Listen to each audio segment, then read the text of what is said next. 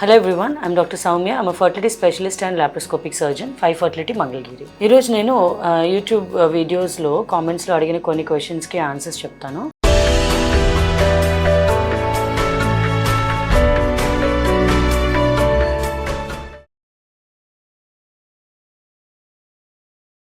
First వచ్చేసి IUI ట్రీట్మెంట్కి cost ఎంత ఉంటుంది అని అడిగారు. సో ఐయుఐ ట్రీట్మెంట్ కాస్ట్ ఏమేమి ఇంక్లూడ్ అవుతాయంటే IUI procedure and semen processing అయితే ఏదైతే మనం చేస్తామో ఆ సెమెన్ ప్రాసెసింగ్ అండ్ దానికి యూజ్ చేసే కిట్, ఐయుఐ ప్రొసీజర్ కాస్ట్ ఇవన్నీ కలిపి సుమారుగా 10,000 నుంచి 12,000 దాకా అవుతుంది.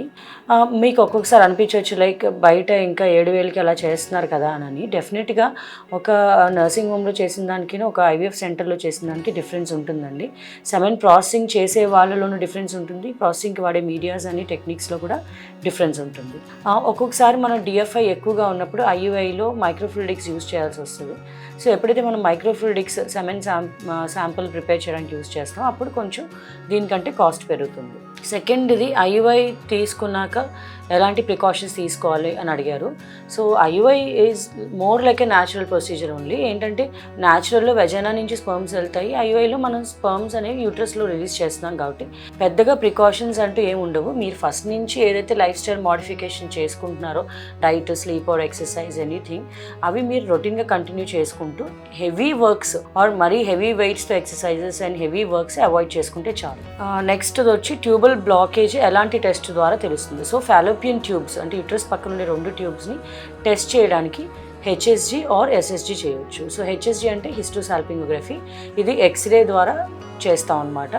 ఎస్ఎస్జి అంటే సోనోసాల్పింగోగ్రఫీ, దీన్ని అల్ట్రాసౌండ్ మెషిన్లో చూసుకుని చేస్తాం అనమాట. సో ఈ 2 విధాలు కూడా మనం ట్యూబ్స్ పేటెంట్గా ఉండేలా చెక్ చేసుకోవచ్చు.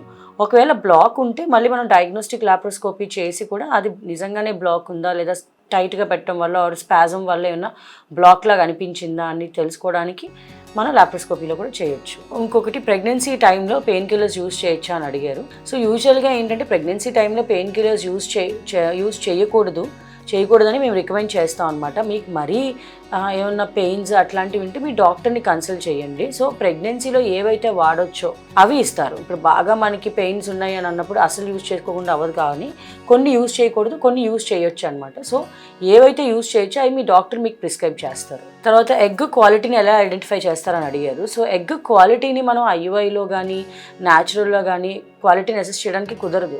సో చాలామంది హాస్పిటల్కి వచ్చినప్పుడు అడిగే డౌట్స్ ఏంటంటే మేము న్యాచురల్ ఆర్ ఐయుఐలో ఫాలికల్ డెవలప్మెంట్ వాళ్ళకి చూపిస్తాం అనమాట స్కాన్లో. సో వాళ్ళు ఏమంటారంటే లోపల ఎగ్ ఉందా మేడం, ఎట్లా ఉంది, బాగుందా, ఎగ్ రిలీజ్ అయిందా అని అడుగుతారు. సో మనం ఎగ్ చూడడానికి అవ్వదండి. స్కాన్లో కనుక మనం ఎగ్ కనబడదు, అది మైక్రోస్కోపిక్. ఎలా అయితే మనం స్పర్మ్స్ మైక్రోస్కోపిక్ కింద చూస్తున్నామో అలానే ఎగ్స్ కూడా తీసి మైక్రోస్కోప్ కిందే చూడాలి. సో స్కాన్లో చూపిస్తున్నప్పుడు ఎగ్ బాగుందా, ఎగ్ రిలీజ్ అయిందా అంటారు. జస్ట్ ఫాలికల్ పెరగడం, ఫాలికల్ రిలీజ్ అవ్వడం వరకే మనకు కనిపిస్తుంది తప్ప ఎగ్ క్వాలిటీని ఐయుఐ ఆర్ న్యాచురల్లో మనం అసెస్ చేయలేము.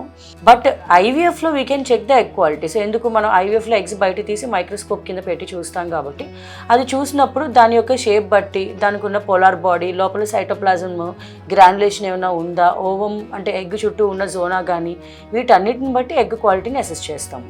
ఇంకోటి ఫాలోపియన్ ట్యూబ్లో ప్రెగ్నెన్సీ వచ్చిందని ఎలా తెలుసుకుంటాం అని అడిగారు. సో ఫాలోపియన్ ట్యూబ్లో ప్రెగ్నెన్సీ వచ్చిందని ఎలా తెలుస్తుందంటే మనం ప్రెగ్నెన్సీ టెస్ట్ చేసినప్పుడు వీక్ పాజిటివ్ అంటే డార్క్గా 2 లైన్స్ రాకుండా ఒకటి వీక్ పాజిటివ్ రావచ్చు.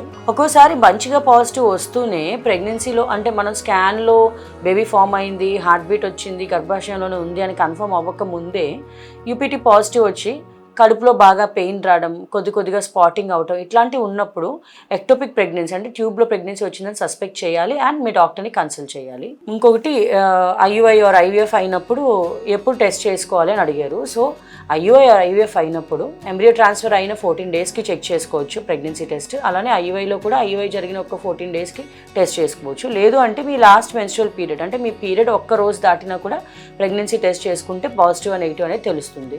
దానికోసం వారం రోజులు వెయిట్ చేయాల్సిన అవసరం లేదు. సో ఇవి కొన్ని డౌట్స్. నెక్స్ట్ వీడియోలో ఇంకొన్ని డౌట్స్ నేను ఆన్సర్స్ చెప్తాను. Thank you.